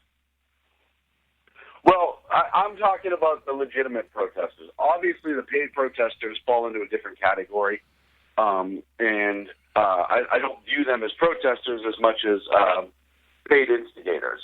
But that shouldn't take away from the fact that there will be some legitimate counter-protesters there. Yeah, and that's fine. I hate the argument, and you're not giving it, but, we have the right to free speech, and when they shut down someone else's free speech, which they have done, which was, Chicago? Yeah. That's your... in Arizona as well. That shocked me. Arizona put in a new law just because of that, and making it illegal to block the highways now. They put in a bunch of new laws, so that never happens again. Right. Well, you know, you can have all the laws in the world, but as you see in California, it's just whether or not they'll be enforced. You know, California has criminality in California has greatly changed. They have a lot of rules in the books that they don't enforce by and large, and therefore we have issues. But like I said, we will see when it shows up. I'll be reporting for SHR throughout the day, starting most likely on the Mutt Show later on this evening with you and Crash, and then through the Exceptional Conservative Show. I'll be calling in a few times for him, and then Dan will be co-hosting with Clint this evening while I'm in the field, and obviously I'll be calling into Sackheads starting at 8 Pacific fairly regularly. I'm hoping at that point that it'll start to die down. It's only a few minutes from our studio, so I'll be able to kind of scoot back to the studio and maybe finish the last hour of the show in studio. But don't you mean hop? I said, don't you mean hop, not scoot? Yeah, I'm going to hop to it tonight. And hopefully be able to cover that. You know, and like everything else, everyone wants a safe protest. Everyone wants a smart protest. People can air their grievances, which is beautiful, but, you know, it's hard to determine what's going to happen. We've seen what has happened from these counter-protesters, paid and unpaid in the past. Most recently, San Diego, L.A. area. And I don't expect Sacramento to be that much different, but I hope it is. Well, we all do. For me, I'm kind of getting tired of it because it's old news of the same bullshit going on, and it's kind of like, you know, get over it. You know, you never hear this going on with a Hillary rally or a Bernie Sanders rally because we don't care. But we also have the respect that, hey, you know, you have the right to go hear your candidate, and we're not going to interfere with it, where their idea is, let's go interfere. And it's same old shit, different day, and it's getting tiresome. And I know we got to go over it, but it's... Well, and now you're also, I'll tell you what, nothing would shock me. I would not be shocked if all of a sudden, I haven't looked at her schedule, but if all of a sudden Hillary shows up somewhere today in the Sacramento area. Both of these were announced late. These were both kind of late additions. We had Trump in the area about 2 months ago. You had Bernie in the area. He's been in the area for the last month. You know, he's really stumping here. As we know, there's a chance that Bernie could actually take California for the Democrats. You're looking at, he's driven the number down to maybe a 2-point difference. So he's really trying to make that win and make that case that he should be the candidate. And Hillary's getting nervous. Everybody knows that. Oh, yeah. They're starting to really dump a lot of money into California because, listen, at the end of the day, I was talking to the Exceptional Conservative this morning, and he said that, you know, NBC's tone has changed away from who's going to win California and starting to push the fact that Hillary's probably just going to win the nomination. So even that shows you that there's a chance she might lose California. And what that says is people are really starting to question whether or not she's going to be able to stay out of jail long enough to become the nominee. And if you're a Bernie supporter, it shows that you're getting the momentum. And it also shows that, hey, you know what? If I'm Bernie's people and I'm pushing for the DOJ to start moving forward with charges. Oh, yeah. Because you get her out of the way and Bernie's the nominee. You know, so, and if I'm a Democratic strategist, I'm looking at these numbers, I'm looking at her starting to fail, you know, maybe I'm hoping for an indictment as well so I can get a Joe Biden or somebody else like that in place to start really pushing forward. I don't know. There's a chance Hillary... Yeah, I think she is going to get it, but I for some reason I got this gnawing, just a gut feeling. Couple weeks after she wins the nomination, that indictment comes down then. Just don't ask me why. It's just a gut feeling I have. I'm looking at California. I'm looking at June 8th. So June 7th are the primary in the state. I think you're going to see June 8th that they're going to announce a grand jury. I truly do. And so what you have to look at, too, if I'm a Democratic strategist, is I don't want this to drag out and have her be the nominee and then all of a sudden have charges pressed. At this point, looking at the evidence, looking at the poll numbers, looking at everything else, I'm almost hoping that they press charges now so I have a chance to get somebody on a Democrat side, yeah. Because if I'm a strategist, I'm almost looking at Hillary as a wasted cause at this point. Yeah, I've talked about it. On and start planning. I've talked about it that the only reason why she has such a lead is because of the superdelegates. If not, she's coming up majorly shy of their numbers. So at any time, the superdelegates can just go, "I'm out of here," and she's gone. I agree, and I think that possibility is there, and I think a lot of people are starting to see it. And that's something that, you know, like I said, if I'm a Democrat strategist, that's something I'm concerned about. Am I willing to have my nominee be indicted and maybe not even qualified to run legally? Or do I cut bait right now and try working on getting somebody else in if I want to oppose Bernie? Or do I just get behind Bernie because we know Hillary's a lost cause? So they have a lot of things they're concerned about. And if you look at Bernie right now, he's carrying momentum. Yeah, he does. And he's the one I'm worried about against Trump. I worry about Sanders. Mm-hmm. Yeah, because I think right now, you know, I've said this before, if Hillary's the nominee, you're going to get a lot of Bernie supporters who get behind Trump because they're that kind of independent, anti-politician sentiment. So if you have Bernie in the mix, then you actually are hurting Trump more, I think, than if you have Hillary in the mix. Yep. And it's... So, hey, Joe, I appreciate you taking my call. I know I'm really, really sorry. Hey, no problem. Anytime. I'm like I said, I'm going to be reporting all day. I'm going to be live tweeting. I'm going to try some Periscope. I'm going to try some live video on Facebook. So if anyone wants to follow me, at Edge of Liberty on Twitter and Sackhead Sean, S-H-A-U-N, 3 different words on Facebook. And, of course, the SHR media, social media will be updated as well as Sackheads, and it'll be a fun day. Oh, it sounds like you got a busy day ahead of you. Yeah, I'm not excited about it, but hopefully I have the right pain meds to be able to carry through. They're always a good thing. So, hey, you know, running around at this event with the torn ACL, that's going to be a blast. Yeah, but like I know you went through it, but there's a lot of new surgeries because I keep up because I know I got a knee replacement coming, and they got so many new knees for ACLs that they have you back up and running quicker and better. So. Well, that is, unless, of course, Obamacare, the insurance company, deems me as a total like they do with cars, and then I might be just left to die. But we'll see. Yeah, but then your wife might get like a $2,000 check for the payoff. Yeah. Sorry we messed up, check. So, all right. I will give you a holler as soon as I get off air, and let me know what I'm doing tonight, and I'm here to help. So. Yeah, and I'm going to rely heavily on you, and I'm going to beat you like a beast of burden. So look forward to it. Hey, that's what my wife does all the time, so I'm used to it. God bless her. All right, boss. We're actually going to go to break. Yep. So you're listening and I'll talk to you soon. Thanks for having me. No problem. Anytime, Sean. That was Sackhead Sean. Tonight, 11 p.m. Eastern Standard Time, 9 p.m. Pacific Standard Time is the Sackhead radio show, and he will be calling in to all our shows all throughout the day.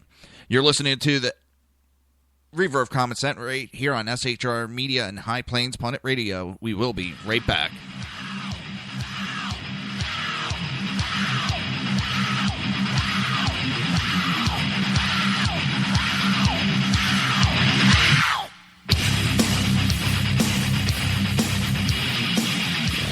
Conservative media done right. You're listening to the SHR Media Network. Breaking news. According to the latest report coming out of SHR Media, a merchandise store to support both the Reaver of Common Sense and SHR Media has just been unleashed to the general public. Be forewarned that this site can be contagious and numerous items can be purchased to support the best news programming. Go to Reaver.one website and click on the store link to check out the merchandise.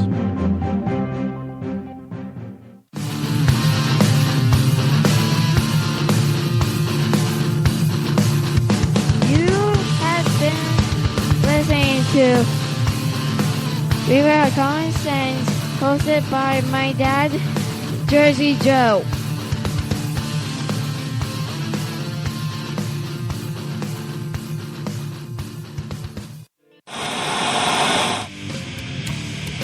Beware, the Jersey Takeover is here. Every Monday through Friday, 11 a.m. to 1 p.m. Eastern Standard Time.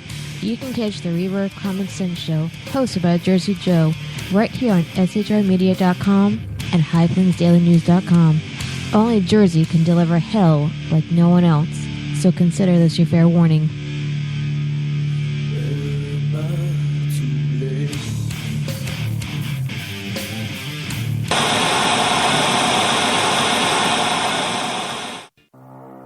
In a world controlled by corrupt politicians, You got a business. That you didn't build that. a team of ordinary men emerge from the ashes to give voice to the voiceless and hope to the hopeless. Sackhead Sean, Dude, I'm not saying cop for the stupid program. Sackhead Clint, All good friends of ours usually show up drunk. also starring Sacco as the producer. I'm a little bit drunk, I'm a little bit drunk, 'cause I'm drinking. They are the Sackheads Radio Show. Every Wednesday at 8 p.m. Pacific on shrmedia.com.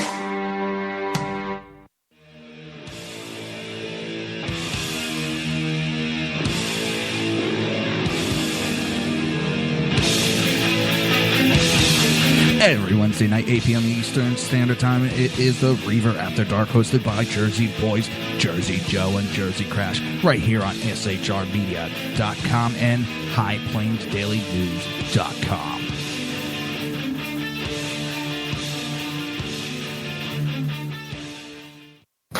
Times are dark. The people misled by corrupt politicians, lied to by establishment media, and deceived by the false messages of Islam. A nation in confusion needs a guide. It needs a man with a cane. I'm Dave Milner. Join me on Spreaker, SHR Media, High Plains Talk Radio, Live Rebooting Liberty, and YouTube for a unique brand of commentary on the unpleasant blind guide. Because truth is not always pleasant. If you miss a show, don't worry. You can catch the replays two ways, rebootingliberty.com or the reaverofcommonsense.com. While you're there on Reaver of Common Sense, don't forget, drop in your email and keep up to date on everything going on, or click the like button on the Facebook widget. Now on to the Reaver of Common Sense.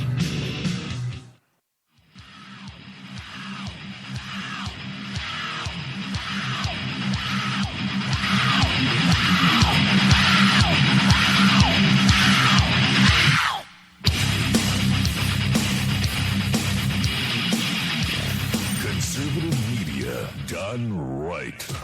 You're listening to the SHR Media Network. This show contains language that some viewers may find offensive. Listener discretion is advised. And now on to the show. And welcome back to the Reaver of Common Sense show. I am your host, Jersey Joe, and I'm trying to make sense out of the senseless. The Jersey Takeover is here. We have expanded to 2 hours every Monday through Friday, 11 a.m. to 1 p.m. Eastern Standard Time. Remember to join the live chat. Go to shrmedia.com. Just click on the chat room button. Join the conversation. If you want to watch the broadcast, that's perfect. Go to Reaver.1. Click on the live stream. My daughter always tells me, and I kind of forget every now and then, but don't forget, Dad. Tell him, hit the subscribe button to leave a comment. So now I can tell her I said it, as I do every now and then. If you want to support the show and support SHR Media, if you want to become a Reaverite, go pick yourself up a t-shirt. Go to Reaver.1. That's REAVER.1. Click on the Reaver store. Today's been an interesting day. And quite welcoming. Of course, on the Wednesdays, usually we have Crash calling in. Calls in for a little bit. And don't forget, tonight at 8 p.m. till 9 p.m. Eastern Standard Time. That's 8 p.m. till 9 p.m. Eastern Standard Time. It is the Southside Mutt Show with the Jersey Boys. Myself, Jersey Joe, and Crash will be going over all different things that is news related. We will be digging up the dirt. And then you also have Ken the Conservative right after from 9 to 11 Eastern Time. And then at 11 p.m. Eastern Standard Time, you have the Sackhead Radio Show. Of course, Sackhead Sean, as he called in right before the break, and we were talking to him, he is going to the Donald Trump rally tonight, and he's going to be reporting from there live on multiple different shows across the spectrum. And he's, as he said, he's going to be doing Periscope. He's going to be doing the live YouTube or Google Hangout, which is what my broadcast is through. And you can catch him on Twitter. I'm trying to remember all of his information. Let's see. No, not that. Not that.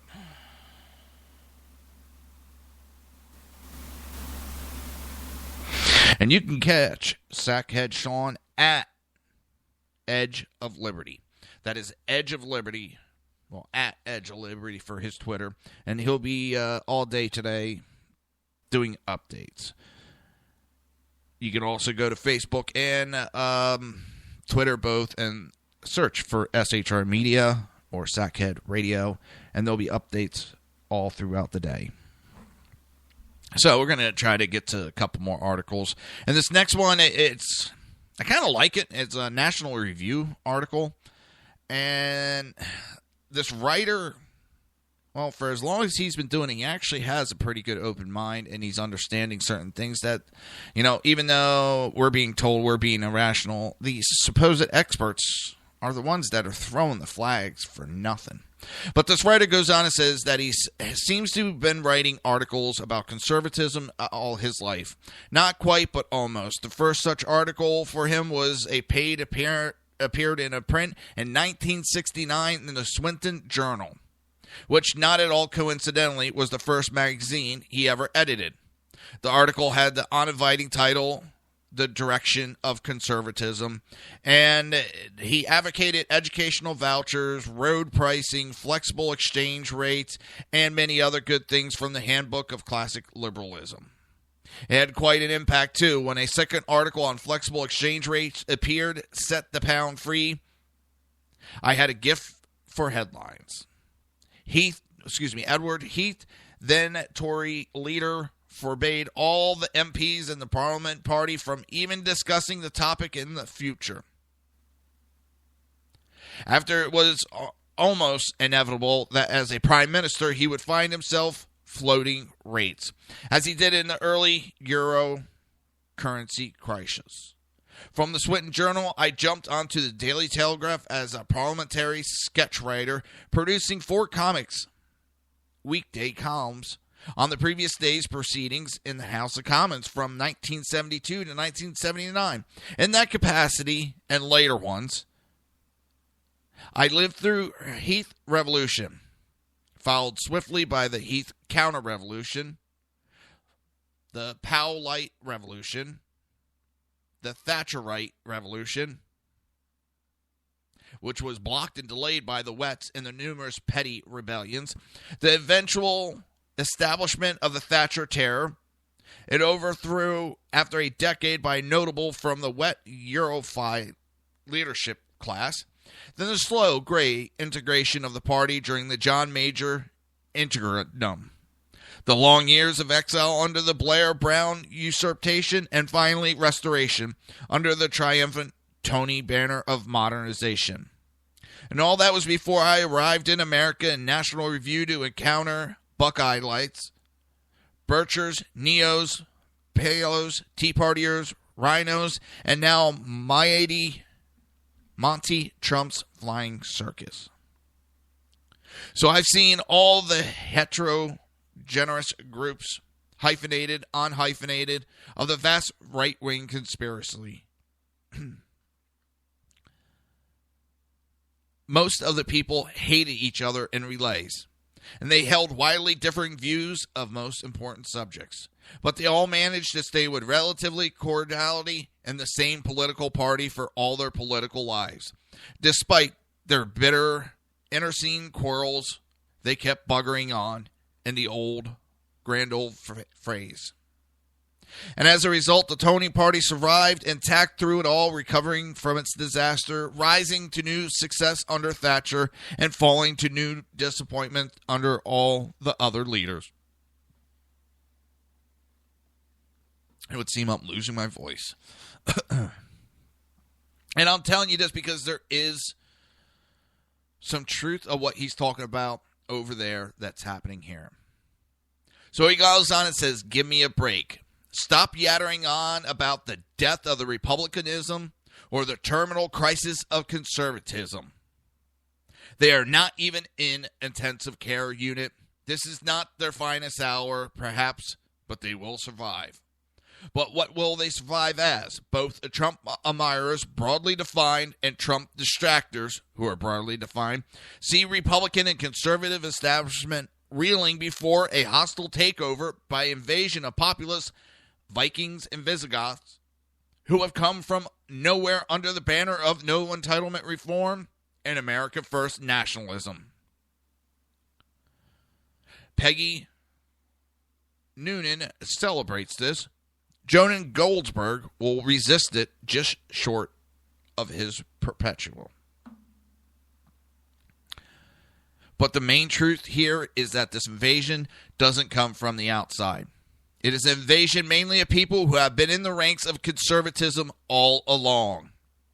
It is understandable if most commentators haven't fully grasped this, because the invasion is led by Donald Trump, who does come from both movement and party, and who, as Camille Page noted in a very different context, makes a very fetching Viking, bedecked with the phallic tongue of a violet Celtic floral tie, looking like a triumphant dragon on the throwing brows of a long boat. Yeah, this writer is very wordy. I will give him that. But the more we look at who votes for the Donald, the more they look like people who have voted Republican in the past. As Michael Brandon Doherty, echoed by Ross Dohat, points out, they may belong disproportionately to the working and lower middle class, but they also belong to the Republican voting sector of those classes. They were voting in GOP primaries, after all. And if Common Observer counts for anything, it is the lower social end of a Republican electorate where conservative views are most often to be found. The people have been there for years, decades. And this guy is able to see it as an outsider, so to speak. He could see where these people have been conservatives.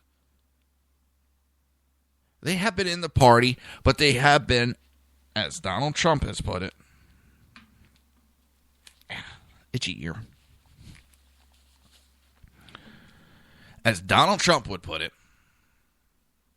they've been the silent majority for years. They've been quiet. But what has gone on the last 7.5 years has woken them up, has caused them to stand up and shout. So if you want to blame anybody, yes, you can blame Obama. Or you can blame the party for being so docile, so submissive. It is because of those that have caused this movement. We have been promised everything under the sun, but yet the Republican Party has done nothing. They have not even tried. Because at least they tried, we could point out and say, hey, they did try to do something. But they sit on their ass, take their money, and continue to lie to the people. That is what drives Donald Trump movement.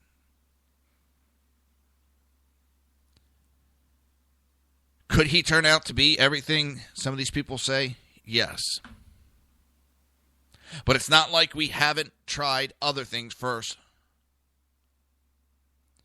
We have bought the bullshit that the RNC has been telling us for years. We got told back in 2014 if we gave them the House and the Senate, they would stop Obama.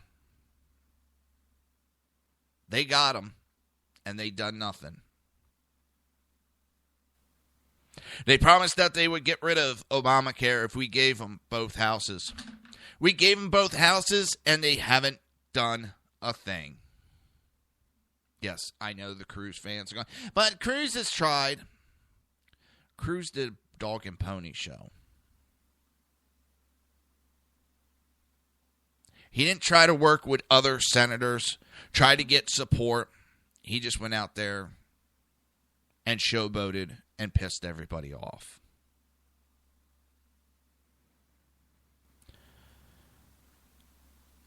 That is what has caused the rise of the Donald Trump movement. These people have been in the party, and they have been good little soldiers for decades. Well, you have a mutiny on your hand if you want to count it as that. And I'm getting tired of it thrown in our faces that the Republican Party is the Republican Party. They don't have to answer to anybody. They don't even have to allow us to vote. That is the stupidest shit to say, because you're going to piss off more people and they'll walk away. And then what will you have? Nothing. You won't have a political party if it isn't for the people. So before the Republicans go shooting their mouths off, they need to understand that they need us. We can go to another party. You need us to win elections. You can nominate whoever the fuck you want. But without us voting for them, you have nothing. This election has,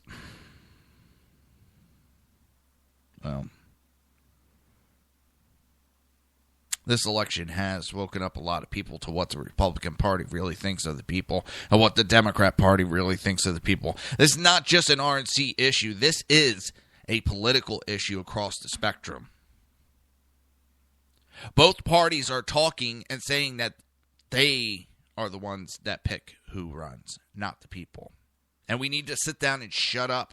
In fact, the Republican Party even said that at one point. that we need to sit down and shut up if we don't like it.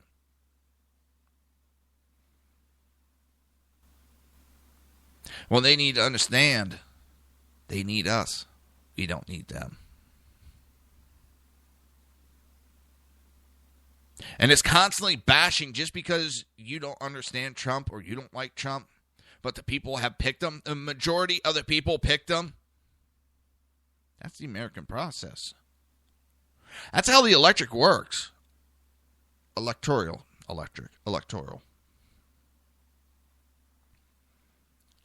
Maybe it's you that need to sit down and shut up. Maybe it's you that needs to sit back and reevaluate your life. Too many of these officials let the power go to their head. Too many of these politicians have let the power go to their heads.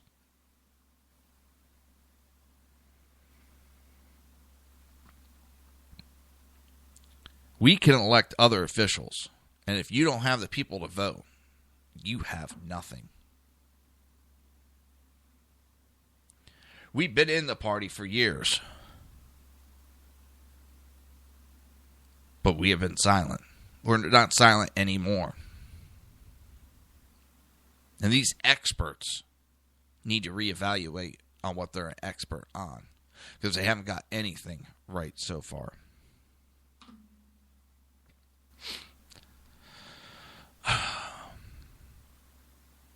And it's not just America that this is going on. It's happening all over. The European Union is not listening to its people. Even the Dalai Lama is now stepping into it and is against Europe taking too many migrants. And Arab domination migrants should return. One of the most peacefulest man understands and can see the issues that are going on, and that it's not a migration, that it's an invasion and to take over.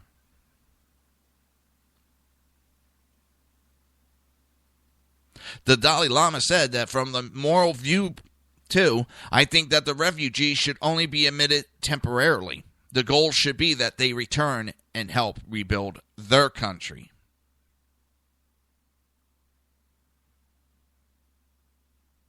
There are so many that in practice it becomes difficult.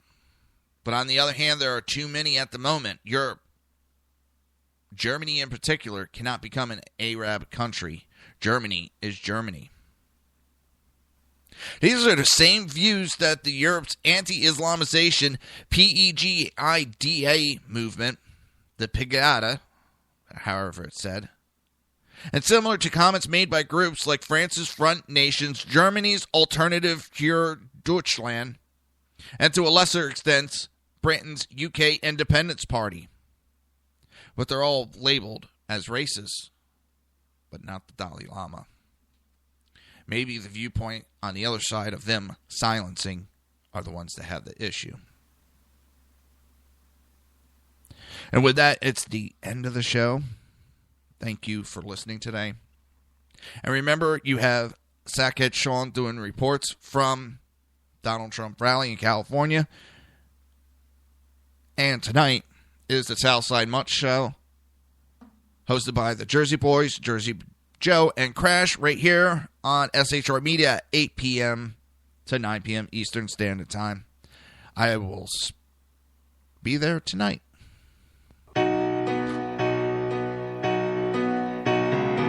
You've been listening to the Reaver of Common Sense with its host, Jersey Joe. You can tune in every day, Monday through Friday, 11 a.m. to 1 p.m. Eastern Standard Time, right here on hppundit.com and shrmedia.com.